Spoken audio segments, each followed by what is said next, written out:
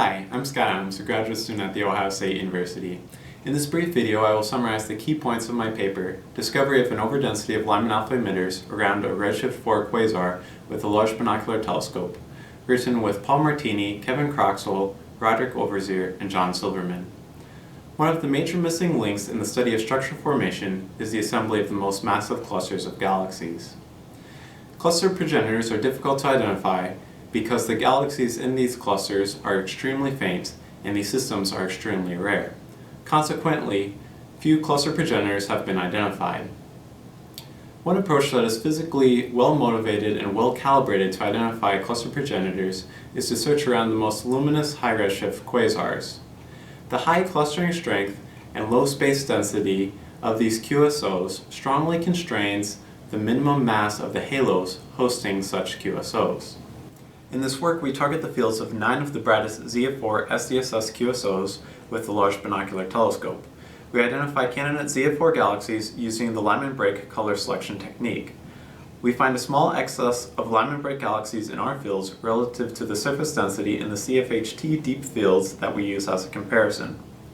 We do not find significant overdensities of Lyman break galaxies within tight proximities of the targeted QSOs, but this is not surprising given the large redshift width of our color selection.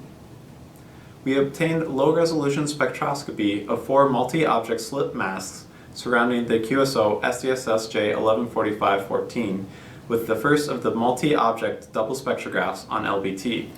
With 1800 to 3600 seconds of integration, we were able to determine redshifts from the detection of Lyman-alpha emission for 8 Lyman break galaxies with I-band magnitudes ranging from 24th to 26th magnitude. The 1 and 2D spectra of these LBGs are shown in this figure. The red lines indicate the measured wavelengths of the Lyman-alpha emission, and the gray bands indicate wavelengths for which the Lyman-alpha emission would be consistent within our uncertainties with the redshift of the QSO. 3 of the measured redshifts are consistent with that of the QSO, with a 4th just outside of this window. We use mock galaxy catalogs from the Millennium Run Observatory constructed from semi-analytic models to estimate the efficiency of our photometric selection and to determine the significance of our detection.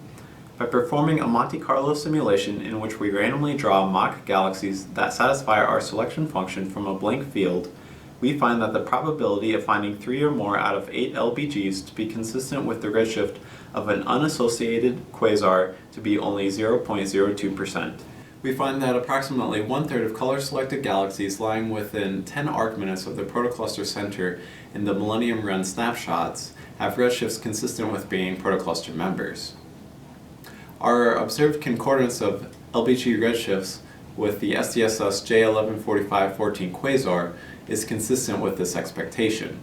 However, given the steepness of the halo mass function, it is also possible that our detections are the result of drawing more LBGs from a lower mass halo by chance than of drawing the expected fraction from a 10 to the 15 solar mass halo.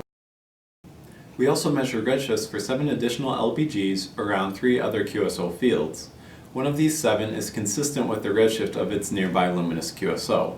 Our aggregate results show evidence for overdensities of LBGs around luminous quasars, but this result becomes insignificant without the overdensity we observe to be associated with SDSS J114514.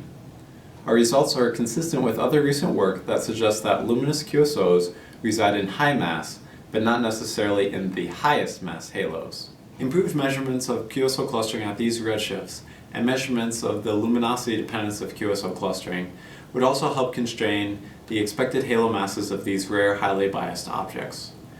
Deeper imaging and more extensive spectroscopic follow-up is needed to more accurately determine the relation between QSO luminosity and halo mass. I hope they have enjoyed watching this video. For more details regarding this work, please read our paper.